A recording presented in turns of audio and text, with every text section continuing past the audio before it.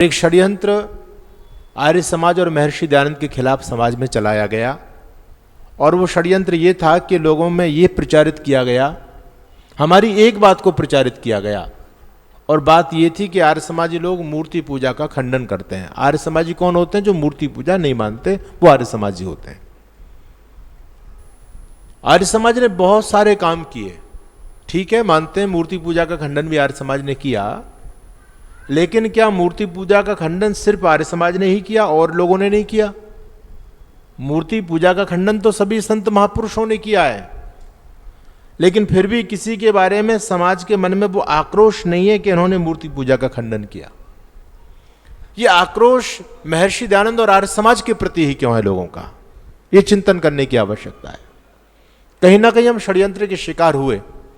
कुछ लोगों ने हमारे खिलाफ समाज में प्रचार करना शुरू किया, ये आर्य समाजी हैं, इनके सत्संग में मत जाना, ये रामकृष्ण को नहीं मानते, ये देवी देवता को नहीं मानते, ये भगवान को नहीं मानते, ये मूर्ति पूजा का विरोध करते हैं, आदि आदि बहुत सारी बातें समाज में हमारे बारे में चलाई गई।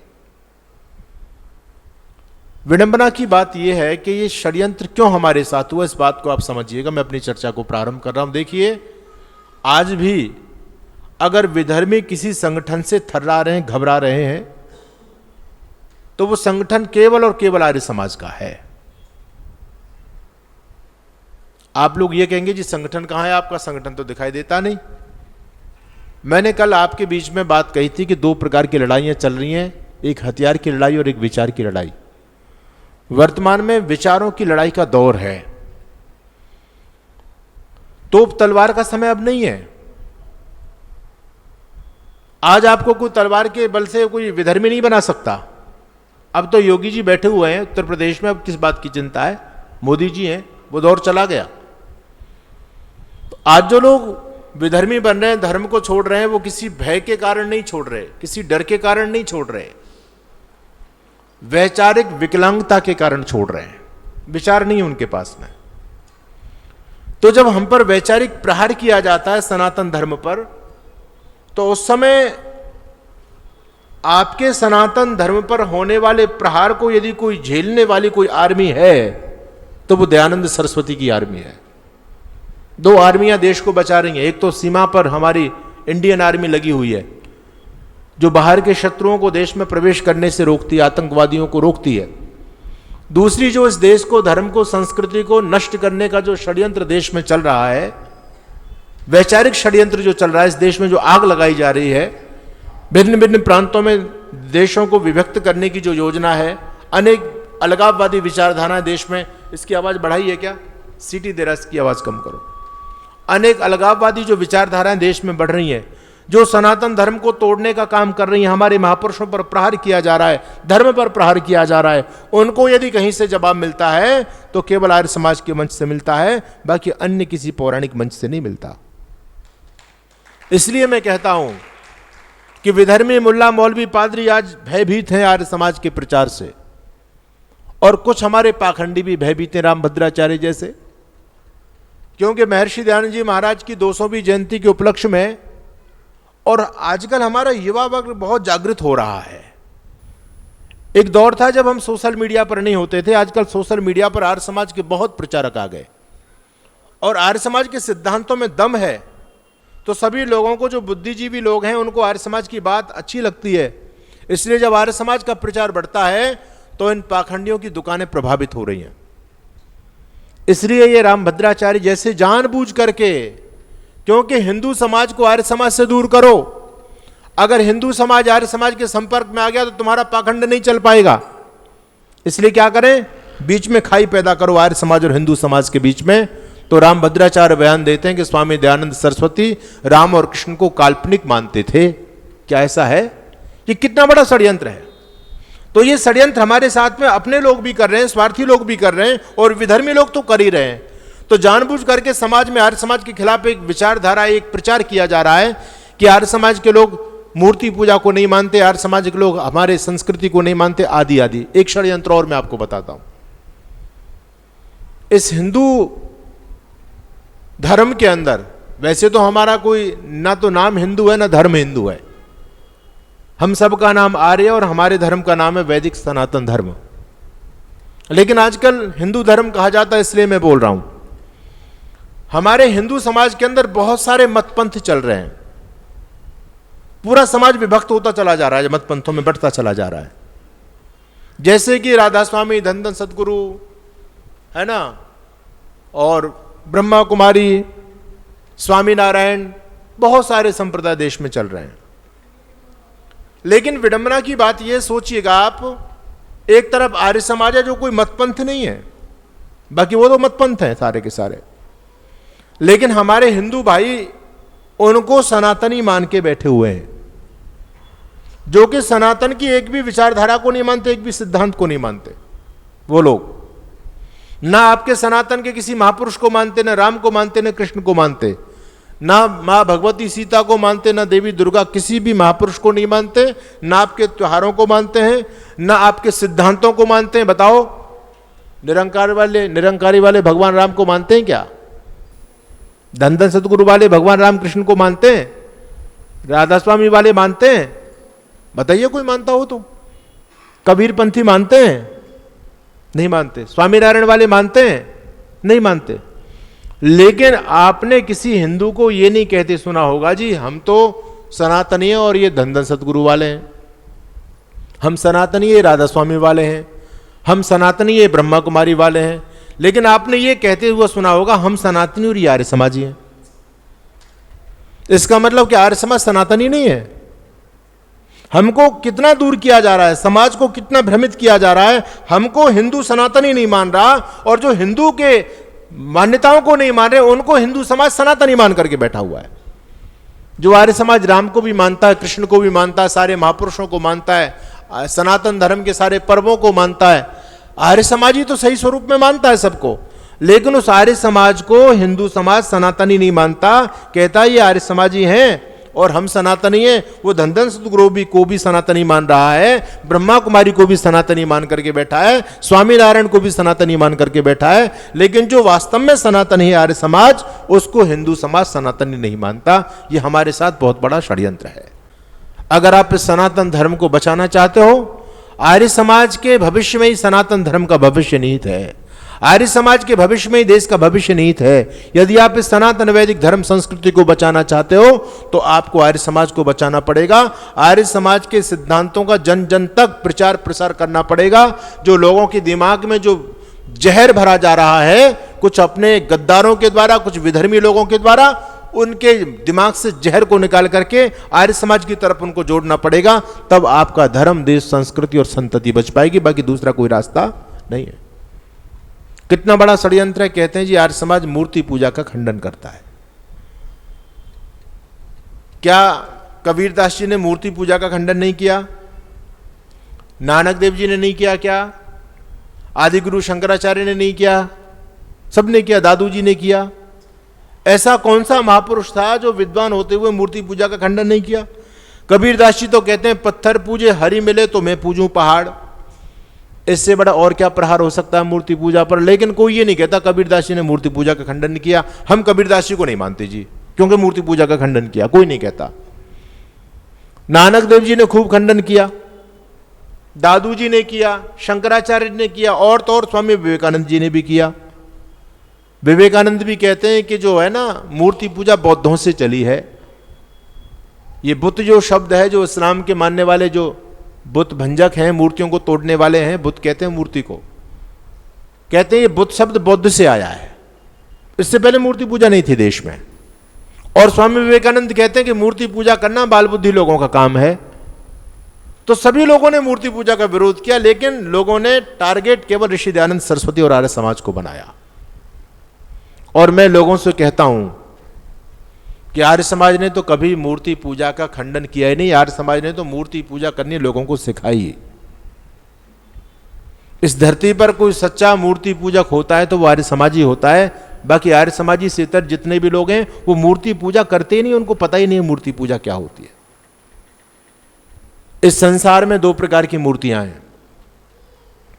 एक मूर्ति भगवान के द्वारा बनाई गई है और एक मूर्ति इंसान के द्वारा बनाई गई है। समझ में आ रही है मेरी बात आप लोगों के? अब आप मुझे यह बताओ कि भगवान के द्वारा बनाई गई मूर्ति अच्छी होगी या इंसान के द्वारा बनाई गई मूर्ति अच्छी होगी? भगवान के द्वारा बनाई गई मूर्ति न केवल अच्छी होगी बल्कि भगवान के द्वारा बनाई गई मूर्ति सच्ची भी होगी। इंसान तो नकल करता है बस। इंसान की मूर्ति डुप्लीकेट, फर्जी, नकली, और भगवान की मूर्ति बिल्कुल ओरिजिनल।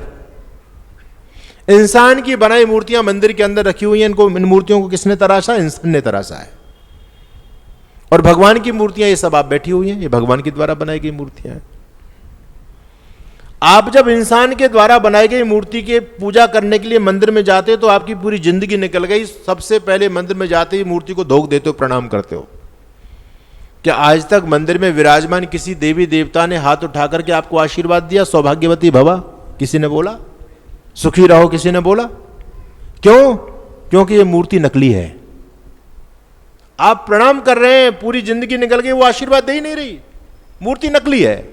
और इस काम को भगवान की बनाई मूर्ति के सामने करो आप। आपके घर में आपके सास हैं, ससुर हैं, आपके माता पिता हैं, उनको जब प्रणाम करेंगे तो बोलो आपको आशीर्वाद देंगे या नहीं देंगे? क्यों दे रहे हैं? ये मूर्ति ओरिजिनल है, ये बोल रही है, ये भगवान की बनाई मूर्ति है। आप जब मंदिर में भोग लगाते हो तो पूरा जीवन निकल गया भोग लगाते लगाते। क्या आज तक किसी मूर्ति ने खाया? नहीं खाया, क्योंकि मूर्ति नकली है। और आप अपने घर में जो भगवान की बनाई मूर्तियां हैं, आपके बड़े बुजुर्ग लोग, इनको बढ़िया खिलाओ, खीर बना करके खिलाओ, हलवा बना करके खिलाओ, वो लोग खाएंगे या नहीं खाएंगे? क्योंकि ये मूर्ति ओरिजिनल है, सच्ची मूर्ति है। तो आर्य समाज तो सच्चा मूर्ति पूजक है, जो वास्तव में रियल मूर्ति है उसकी पूजा आर्य समाज करता है। ये हमारी बेटियां बैठी हैं, गुरुकुल में पढ़ती हैं। मातृशक्ति जो भगवान की बनाई दिव्य मूर्ति थी, जो ब्रह्मा कहा गया वेद में जिसको, उसको समाज ने अपमानित किया, उसको लोगों ने पैर की जूती बताया, उसको लोगों ने, कोई कहता था ये खेतियां होती हैं, कोई कहता था इसके अंदर आत्मा नहीं होती। और हमारे सनातन धर्म के अंदर भी लोगों ने कहा नारी की छाया पड़त, अंधा होत भुजंग, और कबीरा उनकी कहा गति जो नित नारी के संग। ऐसे ऐसे अपमानजनक शब्दों से मातृशक्ति को जब अपमानित किया गया तब आर्य समाज ने इन सच्ची देवियों की पूजा की। इनके लिए गुरुकुल खोले, इनके लिए कन्या विद्यालय सबसे पहला खोला गया, तो आर्य समाज के द्वारा खोला गया। आज भी आर्य समाज के द्वारा कितने वृद्धाश्रम चलते हैं। जिन बुजुर्गों की घर में कोई सेवा नहीं हो रही, वो भगवान की बनाई मूर्तियां जब ठुकराई जा रही हैं समाज के अंदर, तो उन मूर्तियों को आश्रय देने का काम आर्य समाज कर रहा है। हमारे कितने सारे वृद्धाश्रम चलते हैं, और जो अनाथ बच्चे हो जाते हैं वो भी भगवान की मूर्तियां हैं। उनके लिए दुनिया का सबसे बड़ा अनाथालय आज भी आर्य समाज के द्वारा चलता है, और दुनिया का सबसे पहला अनाथालय आर्य समाज के द्वारा ही स्थापित किया गया। बोलो, भगवान की मूर्तियों की सच्ची पूजा आर्य समाज ने किया नहीं की? आर्य समाज जानता है मूर्ति पूजा करना, बाकी लोग तो ना तो मूर्ति को जानते ना उसकी पूजा करना जानते। लेकिन हम पर लोगों ने आरोप लगाए मूर्ति पूजा का खंडन करते हैं। अरे हमने तो सच्ची मूर्ति पूजा करना लोगों को सिखाया है। हमारे यहाँ पंचयज्ञ हैं, पंचयज्ञ में एक पितृयज्ञ है। पितृयज्ञ का मतलब जानते हो? आजकल तो फादर्स डे आ गया, मदर्स डे आ गया, साल में एक दिन भर माता पिता को प्रणाम कर लो, हो गया फादर्स डे। ये कौन सी संस्कृति है? हमारे यहाँ तो पितृयज्ञ वो प्रतिदिन का कर्म है। पितृयज्ञ, माता पिता, बुजुर्ग, दादा दादी जो भी घर में है उनकी बहुत श्रद्धा के साथ में, सम्मान के साथ में सेवा करो। ये किसने सिखाया? आर्य समाज ने सिखाया। तो सच्ची मूर्ति पूजा करनी तो आर्य समाज ने सिखाई है। लोग तो भ्रमित में हो रहे हैं। और दूसरी बात, ये जो इंसान के द्वारा निर्मित मूर्तियां भी हैं, ऐतिहासिक बात मैं आपके बीच में बोल रहा हूं, इंसान के द्वारा जो निर्मित मूर्तियां हैं जो मंदिरों में विद्यमान है, आज तक आपको एक कोई ऐसा एग्जाम्पल नहीं मिलेगा, उदाहरण नहीं मिलेगा कि आर्य समाज ने किसी मूर्ति को मंदिर से निकाल करके कहीं फेंक दिया हो, आर्य समाज ने किसी मूर्ति को तोड़ दिया हो। ना केवल इन तोड़ने और फेंकने की, अपमान की तो बात बहुत दूर की हो गई, बल्कि जब जब इन मूर्तियों का विधर्मी लोगों ने अपमान किया तब तब आर्य समाज आगे आया। हमारे आर्यवीर दल के नौजवान, युवा आर्य क्रांति दल के नौजवान, जब विधर्मी हमारे मंदिरों का विध्वंस करते थे, मूर्तियों को तोड़ते थे, तो वो अपने डंडे लेकर के, तलवार लेकर के मंदिरों की रक्षा के लिए सामने आ जाया करते थे। लोगों को पता ही नहीं कि आर्य समाज है क्या चीज। लोग तो बस केवल एक कैंपेन चला रहे हैं आर्य समाज के खिलाफ। हम पर आरोप लगते हैं कि रामकृष्ण को नहीं मानते। 1920 में मुसलमान लोगों ने पुस्तक लिखी, सीता का छिनाला। गांव में बोलते हैं ना छिनार, स्त्रियों को आपस की गाली है छिनार। वो कितनी गंदी गाली है वो माताएं बहनें जानती होंगी। आप तो खैर शहर की हैं, लेकिन गांव में खूब चलती है। सीता का छिनाला, सीता माता को गाली दी विधर्मी लोगों ने, और भगवान कृष्ण को भी नहीं छोड़ा। कृष्ण तेरी गीता जलानी पड़ेगी, यह पुस्तक लिखी गई। और उस कृष्ण तेरी गीता जलानी पड़ेगी पुस्तक के अंदर हिंदू देवी देवताओं को बहुत गंदे तरीके से उपहास उड़ाया गया। पुस्तक मुसलमान लोगों ने लिखी और धड़ल्ले से भारत में बिकी, और उस समय भगवान कृष्ण की बदनामी समाज में हो रही थी। उस समय आज जो भगवान कृष्ण के नाम से कथाएं करने वाले जो उनके दादा परदादा थे ना, वो उस समय थे, लेकिन कोई अपने घर से नहीं निकला था। आज चाहे पानी पी पी करके आर्य समाज को गाली देते हो रामभद्राचार्य जैसे लोग कि ये रामकृष्ण को काल्पनिक मानते हैं। अरे तुम रामकृष्ण के सच्चे पेटेंट यदि वंशज हो तो तुम कहां चले गए थे उस समय जब भगवान कृष्ण का अपमान किया जा रहा था। खूब अपमान हुआ भगवान कृष्ण का। ये पूरा हिंदू समाज डरपोक था उस समय, सब डरे बैठे थे। बोले इनके खिलाफ लिखना तो सर तन से जुदा, इनका तो एक ही काम है। इनके जो है ना, इनके उसके पैगंबर के खिलाफ यदि किसी ने एक शब्द बोल भी दिया और लिख भी दिया तो सर तन से जुदा का काम होता है इनके यहां। तो पूरा हिंदू समाज डरा बैठा था। वो दौर था जब पुस्तक का उत्तर पुस्तक लिख करके दिया जाता था। हिंदुओं में दम नहीं थी कि कृष्ण तेरी गीता जलानी पड़ेगी और सीता का छिनाला इस पुस्तक का कोई उत्तर दे पाए। किसी में दम नहीं थी। पूरा हिंदू समाज अपने अपमान को सह रहा था, आंसुओं के घूंट पी करके रह रहा था। उस समय फिर जब आर्य समाज खड़ा होता है, और आर्य समाज के दिग्गज विद्वान थे पंडित चमुपति एम.ए, उस समय के बहुत बड़े विद्वान थे। और वो संस्कृत के विद्वान ही नहीं थे, वो जो है ना इसके भी उर्दू के भी विद्वान थे, सब कुछ पढ़े लिखे थे। उन्होंने फिर अपनी लेखनी चलाई और कृष्ण तेरी गीता जलानी पड़ेगी, इसका जवाब ईंट का जवाब पत्थर से दिया उस आर्य समाज के विद्वान ने, और पुस्तक लिखी रंगीला रसूल। इनका रसूल कितना रंगीला था, है ना, इनका पैगंबर कितना रंगीला था, सब कुछ लिख दिया पंडित चमुपति एम.ए ने। तो महाशय राजपाल जी ने उस पुस्तक को छापा, पुस्तक छपी, पंडित चमुपति जी का नाम छिपा लिया, लेखक की जगह लिख दिया दूध का दूध और पानी का पानी, और पुस्तक छप गई। प्रकाशक को तो नाम अपना देना पड़ा।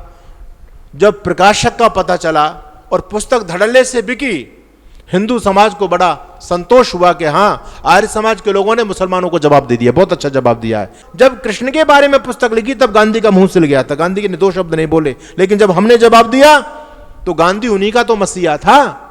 हमको तो पता ही नहीं कौन हमारा और कौन पराया। हम तो अपने दुश्मनों को अपने बापू और चाचू मान करके बैठ गए। तो गांधी ने कहा कि इस पुस्तक पर कार्रवाई करनी चाहिए। मुसलमान लोगों ने मुकदमा ठोक दिया महाशय राजपाल पर।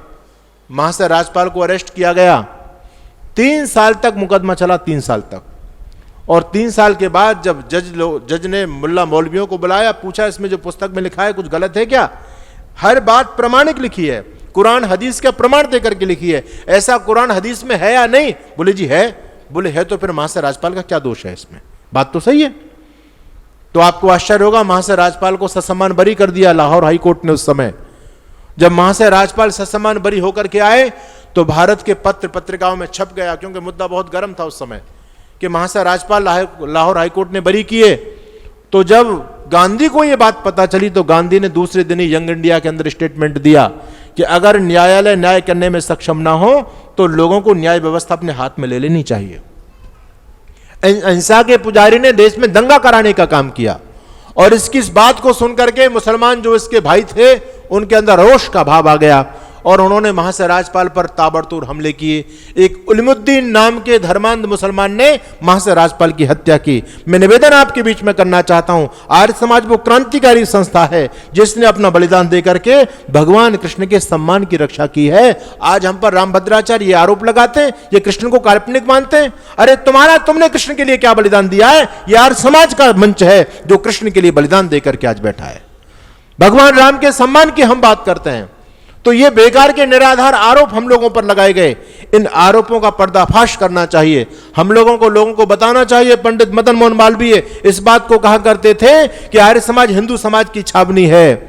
आर्य समाज दौड़ता है तो हिंदू समाज चलता है, आर्य समाज चलता है तो हिंदू समाज बैठ जाता है, आर्य समाज बैठ गया तो हिंदू समाज सो जाएगा, और यदि आर्य समाज सो गया तो हिंदू का राम नाम सत्य हो जाएगा, हिंदू दुनिया से खत्म हो जाएगा। इसलिए हिंदू समाज का भविष्य आर्य समाज के भविष्य में निहित है। देश का, राष्ट्र का भविष्य भी आर्य समाज के भविष्य में निहित है। इसलिए आज आवश्यकता है कि आर्य समाज की जो विचारधारा, जो वैदिक विचारधारा है, उस विचारधारा को हम जन जन तक पहुंचाएं।